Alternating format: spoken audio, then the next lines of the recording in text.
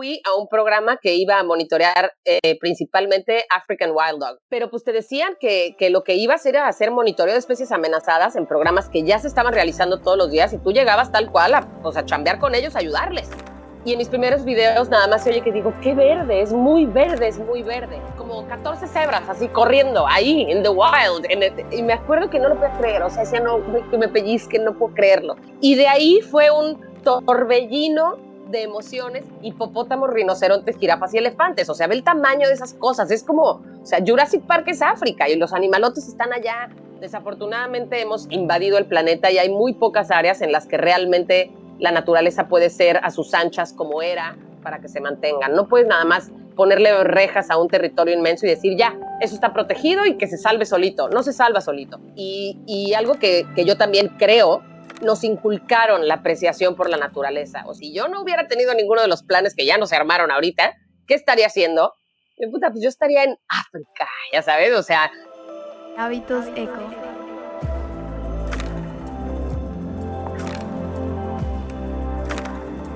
Hábitos Eco.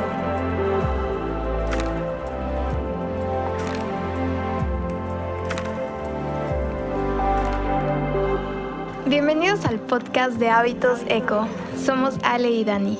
En este podcast nos dedicaremos a tener conversaciones con personas de diferentes esquinas del planeta que ya están haciendo algo a favor del medio ambiente. Sabemos que puede ser frustrante todo lo que pasa en el mundo, pero muchas veces no nos enteramos de las acciones buenas que alguien más está haciendo para contrarrestar el cambio climático.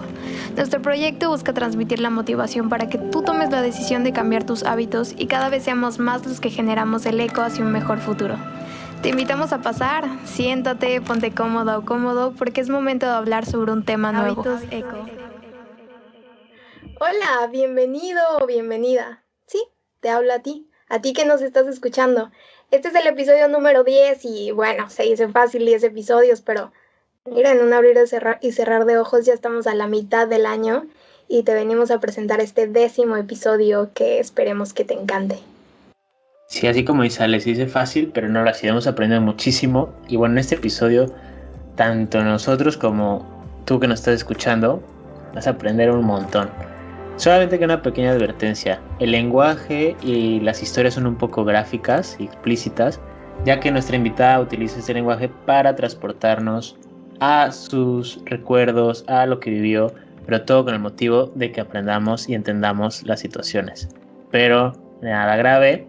Además, este episodio fue un poco largo. La verdad es que la entrevista en total creo que dura más de 2 horas. Por lo tanto, lo vamos a partir en diferentes episodios. Esta semana subiremos miércoles y viernes. Y seguramente la siguiente semana igual. Pero ya les estaremos avisando. Los aprendizajes de esta primera parte son acerca del perro salvaje africano, sobre las reservas en África. Sí, África. ¿Qué es la conservación desde la perspectiva de nuestra invitada? Y una introducción al tráfico de especies, que se irá adentrando más en las siguientes partes. Así que quédate atento. Sí, justo, esperamos engancharte con estos episodios, ya que son temas bastante interesantes y aparte de nuestra invitada se llama Maylen, alias Leno Sierra, y ella nos transporta de alguna forma a África y a sus vivencias. Así que si quieres conocer más acerca de ella, puedes seguirla en sus redes sociales. Está muy activa en Instagram, está como Leno Sierra. Allí podrás encontrar su contenido, lives, historias y muchas vivencias que ella comparte en Instagram. De igual forma, si aún no nos sigues en nuestras redes sociales, estamos como @hábitos.eco en Facebook, Instagram, Twitter. Y de igual forma, si todavía no nos sigues en estas plataformas de podcast, síguenos para que estés más al pendiente de los episodios que vamos subiendo cada miércoles y en este caso miércoles y viernes. Así que, sin más por el momento, te dejamos con Maylen, alias Leno Sierra. Bienvenidos a un nuevo episodio del podcast de Hábitos Eco. ¿Qué tal, Dani? ¿Cómo estás? ¿Listo para arrancar este episodio del día de hoy? ¿Qué onda, Ale? Sí, feliz de compartir este espacio nuevo aquí contigo y listo para arrancar este tema nuevo. Y pues bueno, por azares del destino y gracias a Twitter, nuestra invitada de hoy es Maylen, mejor conocida como Leno Sierra, quien se dedica a la conservación de especies del Zululand en Sudáfrica, específicamente la del pangolín hoy en día, aunque también ha trabajado con otras especies como los rinocerontes. Tomen asiento y saquen las palomitas porque están por escuchar una gran aventura. Leno, bienvenida. Hola. Muchísimas gracias por invitarme. Estoy muy contenta, muy emocionada y vamos a ver qué tanto sale hoy. No, muchas gracias a ti por estar aquí. La neta es que también nosotros estamos súper contentos. Era una plática que habíamos estado esperando. La verdad es que afortunadamente Leno nos contestó y tardó un poquito en contestarnos, pero al fin nos contestó y pudimos concretar esta plática. Nos emocionamos mucho cuando vimos ese mensaje, pero muchas gracias a ti por estar aquí. Y bueno, Leno, te cedemos la palabra para que te introduzcas con nuestra comunidad y para que te conozcan un poquito más. Muchísimas gracias, Ale. Pues hola a todos los que nos escuchan. Yo soy Leno Sierra. Soy mexicana, tengo 40 años y me dedico actualmente a la conservación. Vivo en la provincia de KwaZulu-Natal, en Sudáfrica, aunque en este momento que estamos haciendo esta conversación, estoy en México. Vine por cuestiones, pues ustedes saben, de que el planeta está colapsando por una pandemia y entonces tuve que venir. Vine a visitar a mi familia y de momento estoy un poco atorada con trámites de visa, pero espero poderme regresar lo más pronto posible para seguir con mi trabajo en campo allá. Pues venga, ojalá y puedas regresar pronto, que espero así se dé. Y muchas gracias por estar aquí nuevamente. Antes de empezar esta plática, vamos a introducir en ciertos momentos algunas preguntas que nuestra comunidad pues estuvo interesada en este tema de conservación de especies. Entonces vamos a ir introduciendo algunas preguntas que ellos nos hicieron mediante Twitter, mediante Instagram. Y bueno. Sí, ahí andaban bien inquietos, les avisamos que íbamos a hablar de esto y dijeron, no, pues a ver, y empezaron a llover las preguntas, entonces ahí las vamos a meter por ahí para que... Pues espero tener respuestas para todas y si no ya les diré. A mí no me da miedo decir no sé. No, pues de eso se trata. Bueno, me parece importante mencionar que, porque ustedes sí son profesionistas de estas materias y yo no, yo en realidad no tengo estudios, digamos, no tengo ningún certificado, no soy bióloga, no soy zoóloga, no soy veterinaria, no soy etóloga, pero a base de la experiencia y de mi trabajo he logrado irme pues colando, se podría decir, por también, se podría decir mi tenacidad de querer estar haciendo esto y he logrado llegar a donde estoy y aprender muchísimo, pero evidentemente siempre trato de seguir aprendiendo y más de personas que tuvieron acceso a estudios de estas materias más que yo, ¿no? No, eso está buenísimo. Eso está súper bien. No, vas a leer, por favor.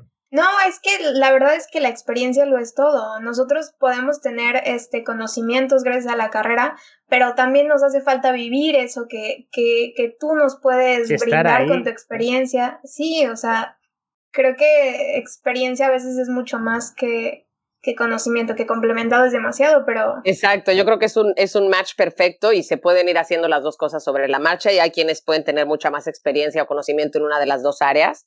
Y yo siempre repito que lo importante es tener pues la humildad, ¿no? De aprender de alguien más, saber que siempre hay alguien que sabe más que nosotros y saber decir no sé. O sea, eso lo repito muchísimo cada vez que me preguntan o me entrevistan o cosas así. Es importantísimo. Desafortunadamente desde niños nos enseñan que el que no sabe y te aplican la de en el salón, ya sabes. Claro. Y entonces te empieza a dar pena y entonces no saber está mal y entonces no saber es ridículo y es de tontos y es de... Y a mí me parece lo más valiente, levantar la mano y decir, oye, espérame, no entendí, no sé, yo no sé de qué estás hablando, no conozco de ese tema. Y hablar desde la honestidad, ¿no? O sea, la gente que pretende saber más de lo que sabe comete muchos errores y la gente que le da miedo preguntar, pues también se queda con todas las dudas y no aprendemos, ¿no? Entonces, no lo sé todo, evidentemente, pero todo lo que sepa estoy encantada de compartirlo, es mi tema favorito, contar mis aventuritas del monte. Y lo que sé de lo que más me apasiona, que es la naturaleza y últimamente pues los pangolines. Excelente, pues vamos a arrancar, ¿vale? Venga. A ver, quisiéramos que nos platiques cuál es el primer recuerdo en el que te sentiste conectada con la naturaleza. La verdad es que no sé si tengo tan claro un primer recuerdo. Yo siempre he creído, esto es muy mi trip medio loco, pero siempre he creído que los recuerdos más tempranos de nuestra infancia, muchos son casi implantados por una foto, por una historia, por una anécdota que te cuenta la familia, etcétera.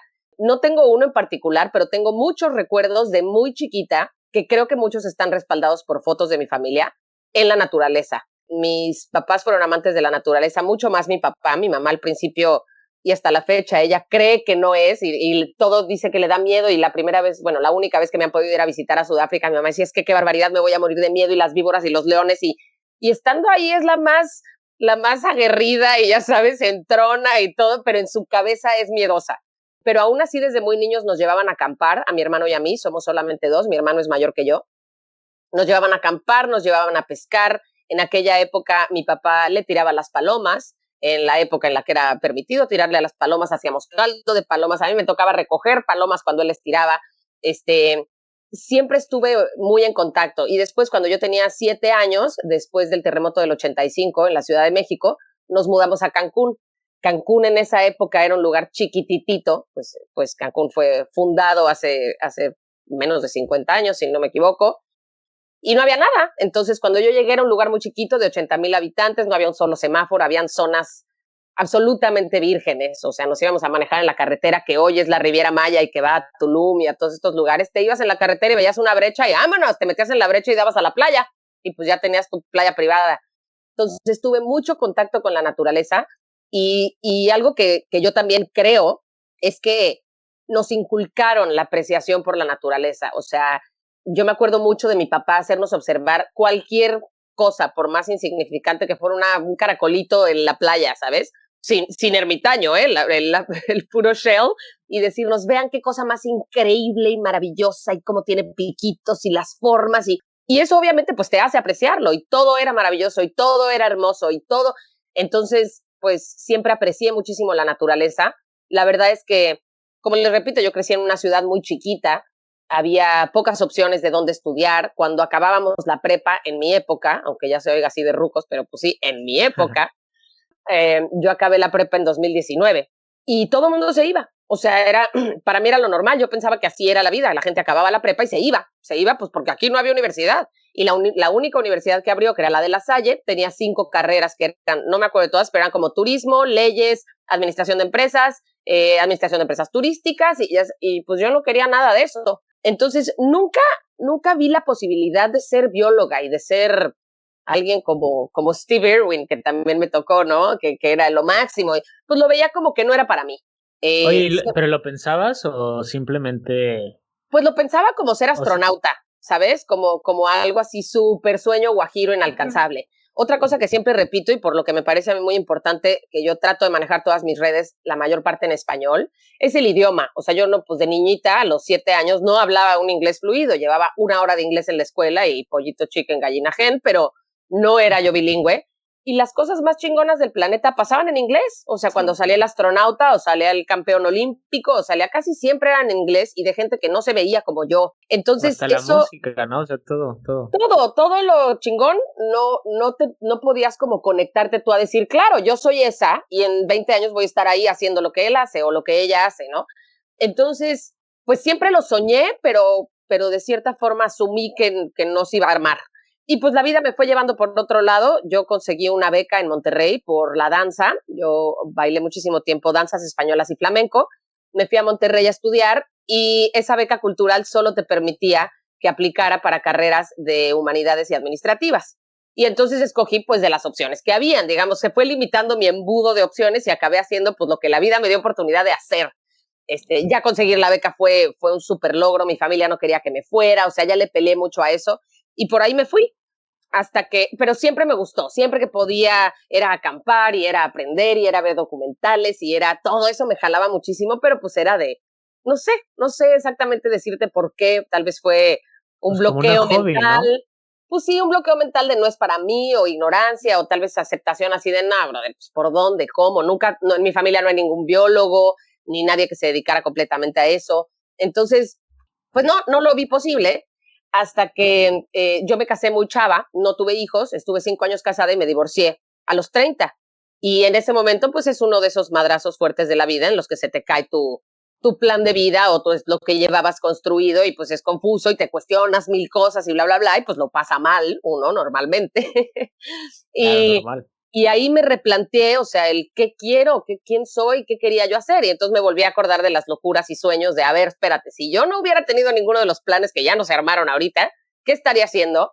Y, puta, pues yo estaría en África, ya sabes, o sea, en mi familia la verdad es que mis papás han hecho un esfuerzo enorme por tenernos en una buena escuela, por darnos todo lo que necesitábamos. Nunca nos hizo falta comida, techo, ropa, etcétera. pero tampoco teníamos para andar yendo de vacaciones a Europa todos los años, ni mucho menos. Entonces pensar en África era ya de valientes, ya sabes. Grandes Y en ligas ese aquí. momento recién divorciada, tratando de pues empezar a ser absolutamente independiente económicamente y pues emocionalmente no al 100, etcétera, pues se veía muy complicado. O sea, me puse la vara muy alta, pero no quité el dedo del renglón. Me acuerdo el día que vine a casa de mis papás un día a comer y les dije, me voy a ir a África. Y ellos, perdón, ya sabes. Y yo, no, o sea, no sé cuándo y no sé cómo, pero voy a ir. Y ellos, pues chingón, ¿no? Suerte, chido. O sea, sonaba como me voy a ir a Marte cuando empiecen a ir naves, ¿no? Y de ahí, pues empecé a chambear durísimo y a ahorrar y ahorrar y ahorrar, empezar a buscar cómo irme, a qué irme, a dónde irme. No tenía ningún conecte ni nada. Y en esa época, aunque suene tonto, era 2011, Internet no era lo que es hoy. Y entonces empecé a buscar opciones y descubrí, que obviamente no los descubrí yo, pero para mí en ese momento descubrí los voluntariados pagados. Pagados, no se emocionen, no que me pagaran a mí, sino que yo pagaba para ir de voluntaria, ¿no? Y no sabía que existían y empecé a ver, y pues sí, valen una lana, ¿eh? No creas que es de, ay, tú nada más pagas tu sándwich. No, dude, pagas. Pero pagas mucho menos que si fueras, exacto, que si fueras de turista o de safari. Entonces dije, ok, entonces si le sigo sumando y tal vez en unos 8 meses, y si hago y si pongo y quito, empecé a buscar vuelos todos los días. Buscaba vuelos todos los días en todas las páginas que existieran en ese momento, en todas las plataformas. Compré en Orbitz, ya ni siquiera sé si existe Orbitz, pero era una página así como súper cool de vuelos y de repente empecé a ver que era algo doable, o sea, que lo iba a poder hacer. Me iba a gastar absolutamente todo lo que tuviera en mi vida, pero lo iba a lograr. Y entonces empecé a juntar lana. Mi hermano me mandó a hacer unas pulseritas que obviamente los que están escuchando el podcast no van a ver, pero les voy a enseñar aquí a Ale y a Daniel esta pulserita, que son como las que se vendían de silicón de esas campañas de Be Strong. Sí, me recuerdo. ¿no? Bueno, mi hermano, esta es de 2011, es de esas. Mi hermano mandó a hacer a China, sí, claro, mandó a hacer a China estas pulseritas que dicen de un lado Love Animals, Love Africa, ay, no sé cómo se hace, así, Sí. Y del otro lado dicen Leno. Y las vendí en aquel entonces entre mis compas, creo que en 30 o 50 pesos. En todos los que sabían que era mi sueño, pues para juntar otro poquito porque no me alcanzaba. Y me fui, me acuerdo que mi papá me decía, es que qué barbaridad, vas a acabar, ya sabes, en el tráfico sexual en Tokio, ni siquiera sabes si eso es cierto y si te pasa algo y yo con mi trip de este es mi sueño. Obviamente escogí un lugar y un área por las posibilidades que se me dieron. O sea, yo empecé buscando voluntariados con gorilas en Uganda y con orangutanes en Borneo y no me alcanzaba. Entonces fue como por eliminación y acabé dando con una organización que se llama Wildlife Act, que sigue trabajando hasta el día de hoy, que tenían un programa que se llamaba Endangered Wildlife Monitoring Project, o sea, proyecto de monitoreo de especies amenazadas. Y pues lo que veías en internet, lo poco que veías, que como les digo, no es como hoy, no había Instagram, no había nada live, los reviews era difícil de encontrar y eran escritos, no había tantos videos en YouTube, ni mucho menos, pero pues te decían que lo que ibas era hacer monitoreo de especies amenazadas en programas que ya se estaban realizando todos los días y tú llegabas tal cual a chambear con ellos, a ayudarles, que no te prometían que tocaras animales ni que ibas a ver alguna especie en particular, pero que pues era chamba y que estaba rudo y te mandaban una lista de lo que te recomendaban llevar y lo que era mandatory llevar y pues así me fui, ¿no? Yo me fui a un programa que iba a monitorear principalmente African Wild Dog, el perro salvaje africano. Entonces, hasta ese momento también para mí, habían muy pocos documentales de African Wild Dog, cuando les empecé a decir a mis amigos pero pensé que ibas de animales de África, no de perros. Y yo, no, pero son perros salvajes, o sea, ellos se imaginaban que iba a estar yo en la calle salvando perros, ¿no? Sí. Y yo, no, es una especie increíble, y ya sabes, yo en mi trip y todo el mundo, órale. Y no eran muy conocidos. Entonces, ¿En qué año fue? 2011. Ok. Y pues me lancé, sabía que no iba a tener muy buena conexión allá, les dije a mis papás, pues no news are good news, y ahí les diré cómo estoy. Y llegué y pues sí, imagínense con toda la emoción del mundo, compré los vuelos más horribles del mundo para que me alcanzara con escalas espantosas y así, pero bueno, llegué y cuando te recogen en un aeropuertito chiquitito después de volar a Johannesburgo y pasas una noche en un backpackers que ellos te llevan y te regresan al aeropuerto al día siguiente y volé a Richards Bay, en la costa este, en el Océano Índico, ahí te recogía una van y te llevaban a un punto de encuentro que era una como gasolinera y ahí te cambiaban ya de camionetas a unas pick-ups con bancas atrás y ya ibas sentado en la caja de una pick-up a la reserva que te tocaba, ¿no? Y pues ahí voy a la reserva que me tocaba.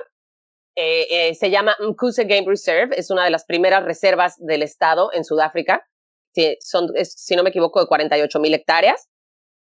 Y cuando entramos a la reserva, yo no tenía idea, la verdad no conocía, no se sabía tanto como ahora, no sabía exactamente ni cómo era una reserva, o sea, y entonces llegas a un portón, literal a un portón, con un letrero y un guardia y todo el rollo, y quiénes son, a dónde van, y yo, pues qué pedo, o sea, no sabía exactamente cómo eran esas cosas. Entramos y pues empiezas a manejar en terracería, es todo terracería.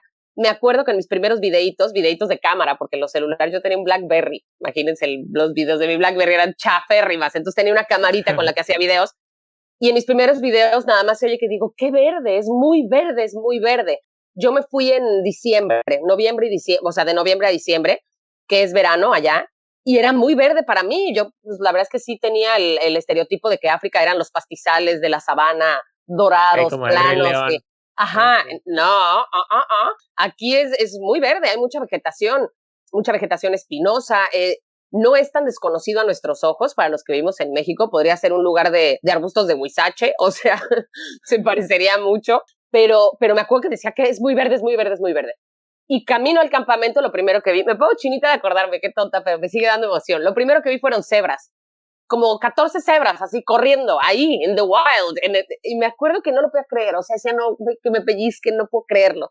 Y de ahí fue un torbellino de emociones que no te da tiempo de procesar, literalmente. Tengo un diario que llevé de esa vez, cortito, porque además estás agotado, trabajas un chingo, pero no te da tiempo de entenderlos. Ese día vi cebras, pero un poquito más adelante vi impalas, y luego casi llegando al campamento había jirafas, y luego llegas al campamento y ves los letreros de cuando se bañe, cheque bien que no haya murciélagos adentro. Antes de dormir, meta los cojines porque los mastican las hienas.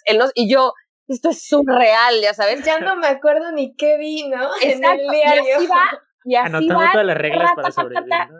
Sí, va todo tan rápido que es demasiado emocionante, es overwhelming. Y de ahí llegamos, dejen sus mochilas, la madre, vamos a monitorear perros. Ok, perros, güey, te subes a la caja de la camioneta y vas rebotando las nalgas en una banca culerísima, en la caja de una pick-up. Te enseñan a usar la telemetría, que es esta antena que algunos habrán visto en documentales y tiene un recibidor, porque 2 de los perros de la jauría solamente hay una jauría en esa reserva, 2 de los perros tenían collar y era como los ubicábamos. Lo ideal era tener un visual de ellos, poderlos contar, que estuvieran completos, que se vieran con la panza llena, como que hubieran comido, que tuvieran rastros de sangre en la cara para saber qué comieron, etcétera. Oye, y había, dime. ¿Estos perros, bueno, cómo son y por qué estaban monitoreando específico? ¿Por qué estábamos qué? Monitoreando esta especie en específico. El perro salvaje es uno de los depredadores más amenazados del continente africano. Son de los animales más propicios a caer en snares. Snares son trampas de cazadores furtivos que muchos imaginan las de las caricaturas, estas como pinzas que cierran en las patas y así. No, los snares es un alambre alambre, en el que hacen como un nudo corredizo y lo sujetan de 2 árboles. Entonces, cuando un animal atraviesa ese aro, digamos, de alambre, y lo jala, se le atora ya sea una pata, la cabeza, el torso, lo que sea, lo jala y es un nudo corredizo que se aprieta. Y pues ahí se quedan. A veces, ¿para qué los quieren? Perdón. Bueno, no quieren a los perros, pero pues pones una trampa y no le puedes poner exclusiva para impala, ya sabes, o sea, pues hay el que cae. El que caiga. Exacto, okay. El que caiga. Pero los perros en particular es un animal, viven en jaurías, viven en grupos, tienen una estructura social increíble y se mueven gigantescas distancias al día. O sea, en una reserva de 40,000 hectáreas solo puedes tener una jauría. Imagínense el territorio de una jauría. Esta jauría era de 17 individuos, pero cuando yo llegué ya eran 13, porque había perdido a todos los demás en snares. Entonces se mueven tanto, se están moviendo todo el tiempo, que son los animales que más caen en estas trampas. Por eso hay que estarlos viendo diario. En Sudáfrica, en ese momento, no he checado números este año, pero en 2011 quedaban 450 perros en el país. O sea, es nada. Es el depredador con más efectividad en la caza, o sea, los leones, el que quieras. Esos vatos cazan en grupo, tienen unas estrategias casi militarizadas, ahora que se han hecho documentales y que hay drones y que hay todo lo del mundo. Hay documentales en los que ves desde arriba cómo es su estrategia para cazar y cómo uno es el señuelo y luego van 3 corriendo en filita y dan vueltas así como flanco derecho, ya, al mismo tiempo. O sea, es una locura, estos animales son increíbles. Solamente se aparea la pareja alfa de hembra y macho, entonces no se reproducen a una velocidad muy grande. Y te digo, viven en una sola jauría en territorios muy, muy, muy extensos. Entonces, si en una reserva de 40,000 hectáreas puedes tener 13, pues está cabrón poder mantener, ¿sabes?, a una especie así estable. La primera vez que los vimos, me acuerdo de estarnos acercando y que nuestro monitor se llama Liam, que todavía es mi amigo, él ahora vive en el Congo. Liam, pues era un chavo de 22 o 23 años y estaba con la telemetría él explicándonos cómo se usaba, ya nos estamos acercando y de repente nos dijo, ¿los huelen?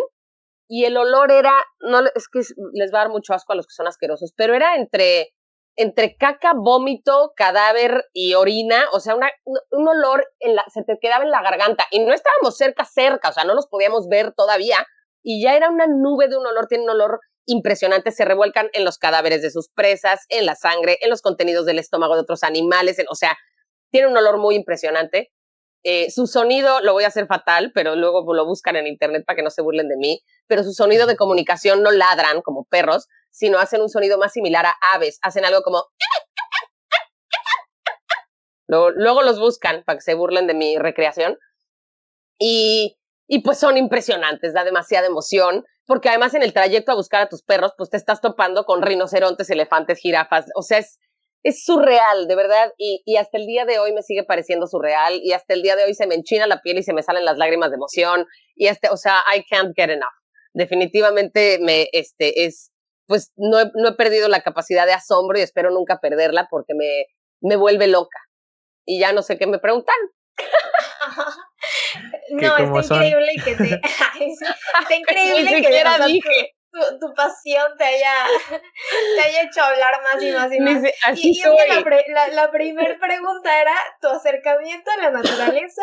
Nos contaste el acercamiento y un nos poquito fuimos. Más. Bueno, nada más rápido para concluir la pregunta de Daniel. Los perros salvajes tienen un pelaje negro, café y blanco, manchas, son manchados, por eso les dicen también painted dogs o painted wolves en algunos lugares. Hay gente que cuando la primera vez que les enseño una foto, que los ven, te dicen, ay, parecen hienas. La verdad es que cuando pones una hiena junto a un perro salvaje no se parecen en nada, más que tienen sí 4 patas, hocico y orejas, ¿no? Pero como primer impacto a mucha gente le parecen hienas, aunque no lo son, te digo. Son muy delgados, te dan la sensación, híjole, es que no sé con qué perro compararlo, pero digamos como no el pelaje ni mucho menos, pero la forma del perro tipo pastor alemán o malinois, o sea, un perro alto, delgado, más delgado que un malinois y que un pastor alemán, pero de ese tipo, patas largas, hocico un poco largo, las orejas son inmensas para un perro de ese tamaño, cuando realmente los observas dices, ¿qué pedo con tus orejotas? Todos tienen una raya negra en el medio de la frente que baja desde la frente como hasta la nariz, entre los ojos, una raya negra, y su patrón de manchas es único en cada uno. Entonces se hacen identikits, se tratan de tomar fotos de cada flanco del animal para saber cuál es cuál. Y su cola, casi todos la cola la tienen bastante, no sé qué palabra usar, pero frondosa o pomposa, muchos de ellos con blanco. Entonces a veces cuando están corriendo entre la vegetación espesa, como les digo, y todo verde y todo espeso, lo primero que ves son las colas, se ven nada más unos como destellos de blanco. No es que la cola sea totalmente blanca, algunos la tienen más manchada que otros, etcétera, y sus patrones de manchas son hermosos. Van a tener que buscar uno, perro salvaje africano, por favor búsquenlos, son hermosos, maravillosos. Y otra característica de ellos, ya ni modo, se van a joder, este podcast va a durar 6 horas. No, otra está bien. característica increíble de ellos es que yo siempre digo que los perros no cazan, ellos comen, punto. O sea, los perros no matan a su presa, se la comen y pues eventualmente la presa muere. Pero empiezan a comérsela viva. Llegan en jauría, atacan entre todos, van por las partes blandas, por el área anal, por el área de las vísceras, a veces por la nariz y el hocico, entre todos, arrancan pedazos y pues el animal en algún momento deja de vivir. Pero es una locura. Por eso su efectividad en la caza es tan buena. O sea, no son de que asfixian al animal, lo agarran del cuello y ya que se mueren, morro, aquí venimos a comer. Y la otra es que por su tamaño son un depredador muy vulnerable contra las hienas, contra los leones, etcétera. Entonces, lo que hacen es comer muy rápido, se acaban un animal, es una locura la velocidad a la que comen, o sea, parece de caricatura, es una nube de polvo y se oyen los chillidos de un animal, el llamado de los perros, nube de polvo y de repente hay huesos, punto. No hay piel, no hay pelo, no hay nada, se tragan todo. Y de ahí se regresan a donde esté la madriguera, donde regularmente tienen crías, o sea, siempre hay una cría, una como manada de crías, como les digo, nada más se aparea la pareja alfa, y llegan a regurgitar carne para los que no fueron a cazar, que es la niñera normalmente, y los cachorros. Y pues me tocó ver todo eso. Fue un mes de monitorear perros, de seguirlos, de buscarlos. Perdimos a uno, hicimos caminatas para desmontar snares con guardias armados. Nos tocó amputar a una hembra que fue muy famosa en Sudáfrica y particularmente en Zululand, en toda esa zona. La hembra alfa de esta manada se llamaba Tembeligle, y Tembeligle cayó en un snare que logró arrancar. Entonces, uno de los días, era diario, uno de los días que la monitoreamos, con binoculares vimos que traía un alambre en la pata y se le estaba gangrenando. La traía, digamos, no en el tobillo, porque no se llama tobillo en el perro, pero en la parte baja de la pata, casi en la articulación de la rodilla. Y ya tenía la pata negra y hinchada, y entonces se tuvo que hablar a veterinarios y hacer al día siguiente se tuvo que poner una carnada, que es un animal muerto, obviamente, pusimos un impala, se pone el llamado de ellos en una bocinita para que se acerquen, se dardea a esta hembra, se trata de espantar al otro. Son animales salvajes, o sea, aquí no hay de que, te acercas y les dices que se mueven, o sea, es lo de neta. Y tuvimos que amputarla, y estuve en la amputación, nos tocó ayudar, se amputó en la caja de una pick-up. Te digo, todo pasa tan rápido que no das crédito de lo que está sucediendo. Amputaron a Tembeligle, la pusimos en un boma, que un boma es un área limitada dentro de la reserva, digamos una jaulota, para que me entiendan. No tiene techo, pero pues es un corral grandotote en donde se ponen animales que se están apenas mudando a esa reserva, que están enfermos, que están en cuarentena por algún motivo. A Tembeligle, recién amputada, la llevamos tranquilizada ahí en la noche, la dejamos en el piso con un suero, que cuando se despertara obviamente se iba a mover y se lo iba a poder zafar. Le dejamos agua y al día siguiente íbamos a ver si la había librado. Al día siguiente fuimos a verla y no estaba. Había escarbado y se había salido por abajo de la reja. Un perro que le amputaste una extremidad completa anoche, ¿sabes? Y dijimos, no, ya valió madre, o sea, no la va a librar, La jauría moviéndose muchísimo, nosotros por el collar de telemetría más o menos sabíamos que estaban muy lejos, y el siguiente visual que tuvimos de la jauría, Tembeligle estaba con ellos. Ella vivió 4 años más, no perdió su rank, o como se llame, su lugar en la jerarquía, siguió siendo la hembra alfa, se cansaba mucho más, se echaba mucho más cuando llegaban a tomar agua, ella se echaba, cuando dejaban de caminar todos los demás exploran y así, y ella se echaba en el piso, pero en 12 horas dijo, ok, sin pierna, vámonos, y ¿sabes? Impresionante, una locura, y Tembeligle fue muy icónica en esa jauría, en esa reserva, en la conservación de los perros, fue muy famosa. Por ahí hay fotos de ella en internet y pues fue algo súper impactante. Esas cosas que, te digo, yo no me imaginaba, muchísimas de las cosas no me las imaginaba, fue muy revelador y hasta el día de hoy sigo aprendiendo cosas, que es lo que me gusta compartir, las cosas que a mí me volaron la cabeza, ¿no? Como eso. Claro. Qué chingón, Leno. La neta, qué padre que nos puedas estar contando todo esto y que como que de alguna u otra forma nos transportes a todo eso que viviste y que también le puedas transmitir todo eso a nuestra audiencia. Ahorita vamos a frenar un poquito este cuento de todo lo que viviste en Sudáfrica para continuar, pero no te preocupes, ahorita lo vamos a volver a retomar. También para que nuestra audiencia se espere un poquito, vamos a retomar esto para que no se queden picados. Queremos, antes de comenzar, conocer con tus palabras qué es para ti la conservación de especies, qué es lo que busca, qué es con base en tu experiencia, porque hemos visto podemos googlear conservación de especies y National Geographic, otras páginas nos van a dar su definición, pero para ti, en tu experiencia, ¿qué es la conservación de especies?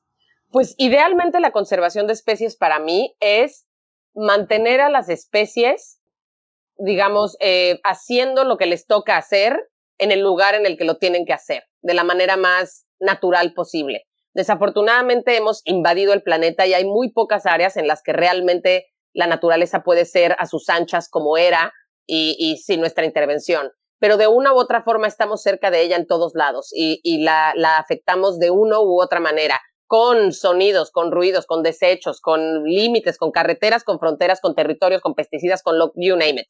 Y creo que el trabajo de la conservación es tratar de replicar o de acercarnos lo más posible al estado óptimo de la naturaleza.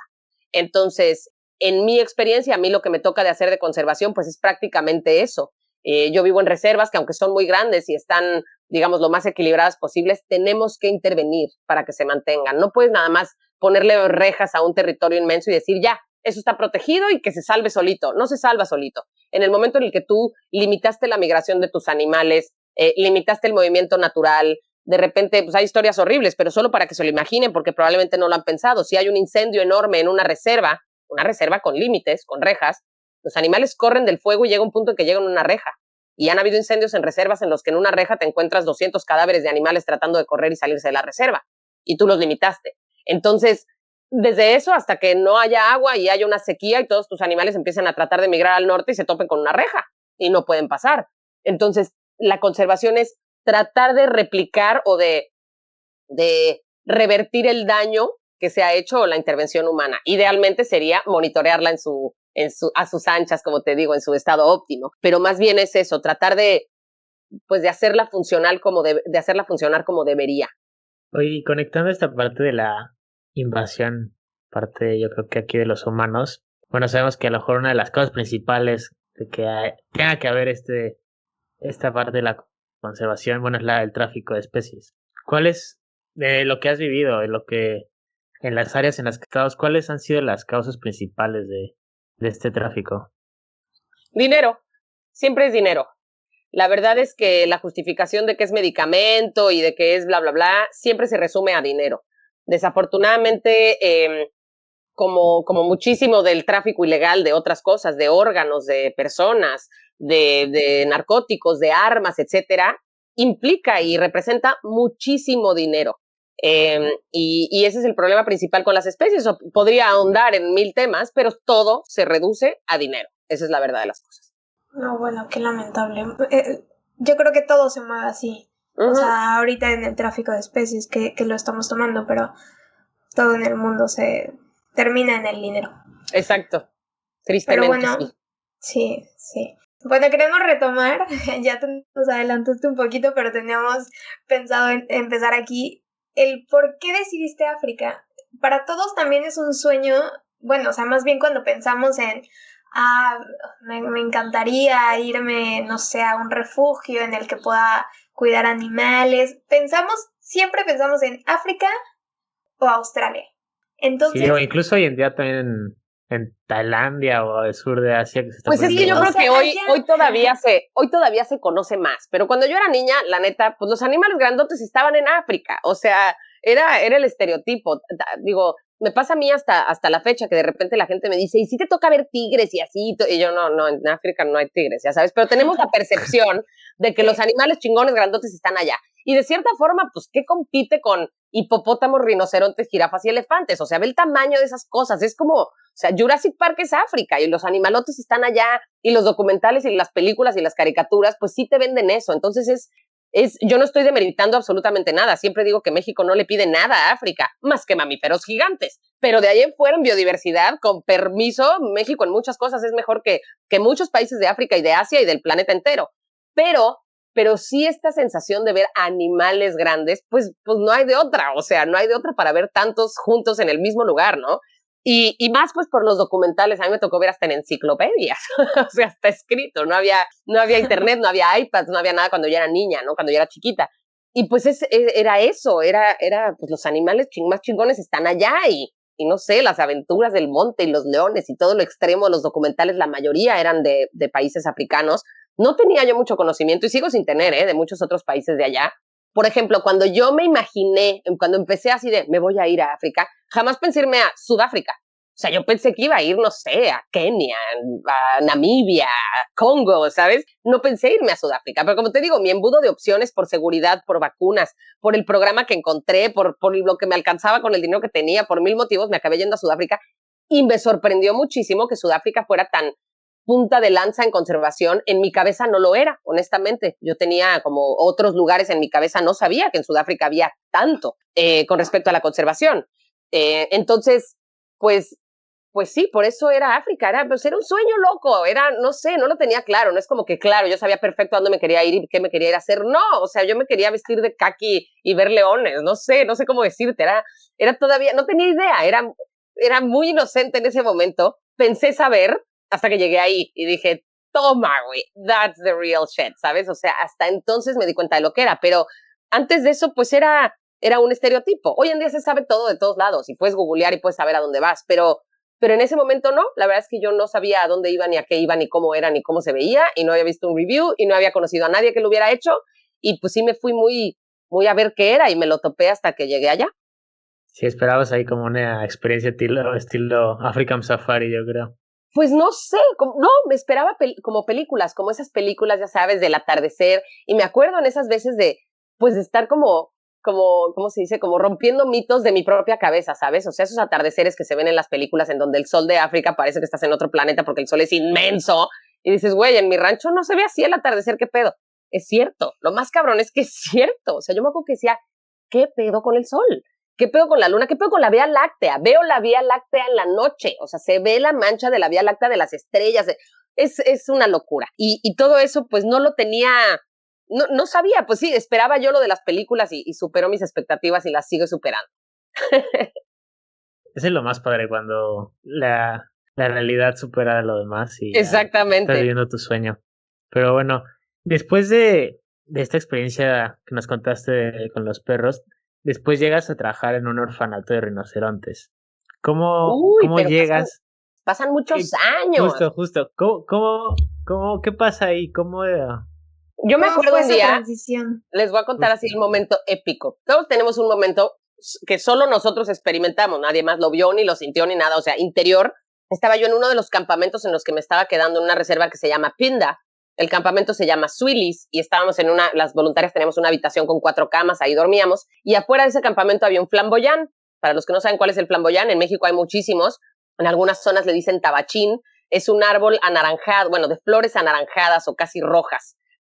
Muy común, por ejemplo, aquí en la península de Yucatán, afuera de casa de mis papás, de hecho va a florear ahora en abril, pronto van a saber cuál es, si no busquen un flamboyán. Había un flamboyán, el cual no es una especie nativa, pero como estaba dentro del campamento y no, digamos, en la reserva, no se reproduce ese árbol, lo dejaron ahí, es un árbol ya grande y estaba floreando en diciembre, porque pues en esa época está floreando allá. Y entonces me acosté en el piso, que era tierra, pasto, no crean que un jardín, no, o sea, como pues ahí, pasto pinchón, pues, ramas. Y me acosté en el piso y estaba viendo a través de las flores, o sea, viendo para arriba, viendo al cielo, cómo se metían los rayos de sol entre las hojas y las flores del flamboyán, ¿no? Y estaba yo soñada, no les puedo explicar, todo lo que pasaba cada día era mejor que el anterior. Y me acuerdo que estaba viendo para arriba ahí sola, todos estaban haciendo cosas en el campo, una estaba bañando, una haciendo de comer, una así. Y me acuerdo que ahí dije, o sea, me prometí a mí misma, dije, un día, no sé cómo, no sé cuándo, no sé qué tenga que hacer, yo voy a vivir aquí, voy a trabajar en esto.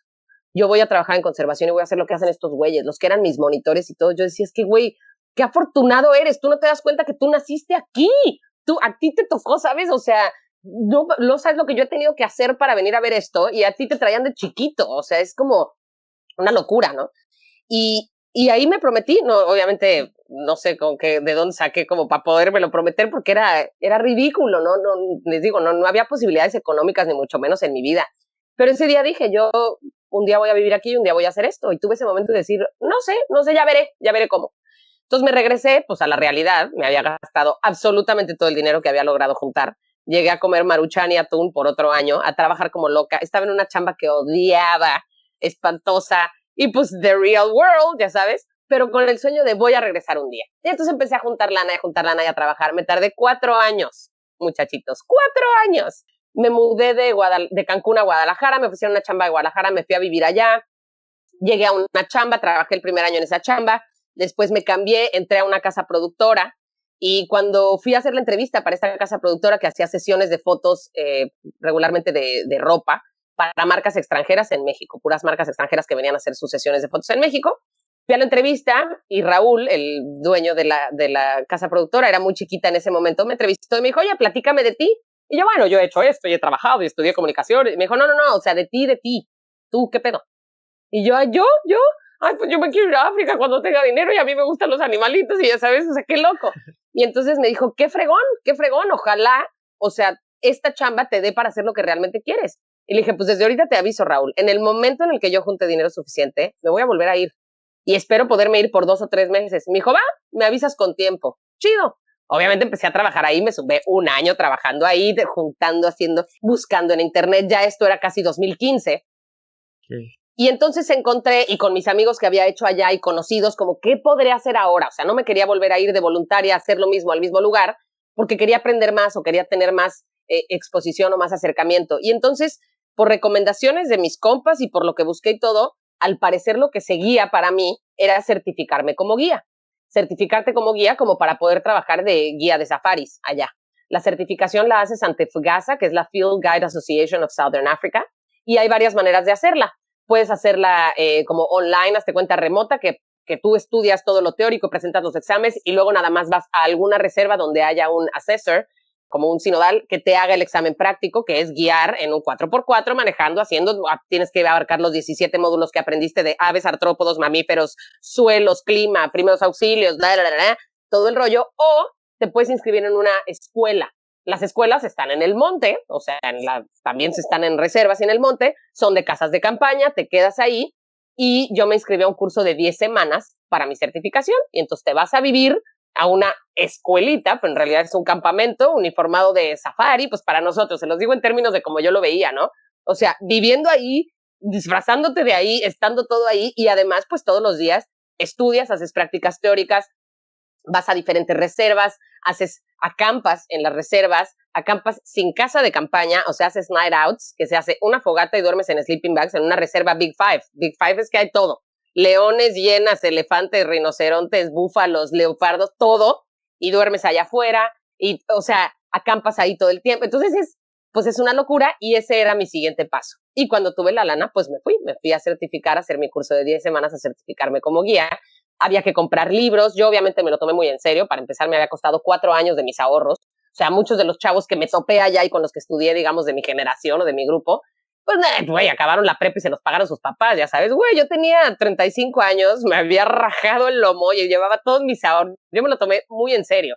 Entonces me compré los libros desde antes, los mandé pedir en una página que se tardaron 2 meses en llegar a México y empezaba medio a ver los libros que me habían recomendado, otros los iba yo a recibir allá, empecé a ahorrar para binoculares, necesitabas unos binoculares, haciendo todo el research posible, pues era lo que más me apasionaba, me tomó 4 años hacerlo, imagínense la pasión con lo que cada cosa, mi mochila, cuál voy a comprar, cuál recomiendan, las botas, voy a hacer un research y cuáles son las mejores para el clima y para cuánto me durarán y cuánto cuestan y quién me las puede traer porque yo no puedo ir y no las venden aquí.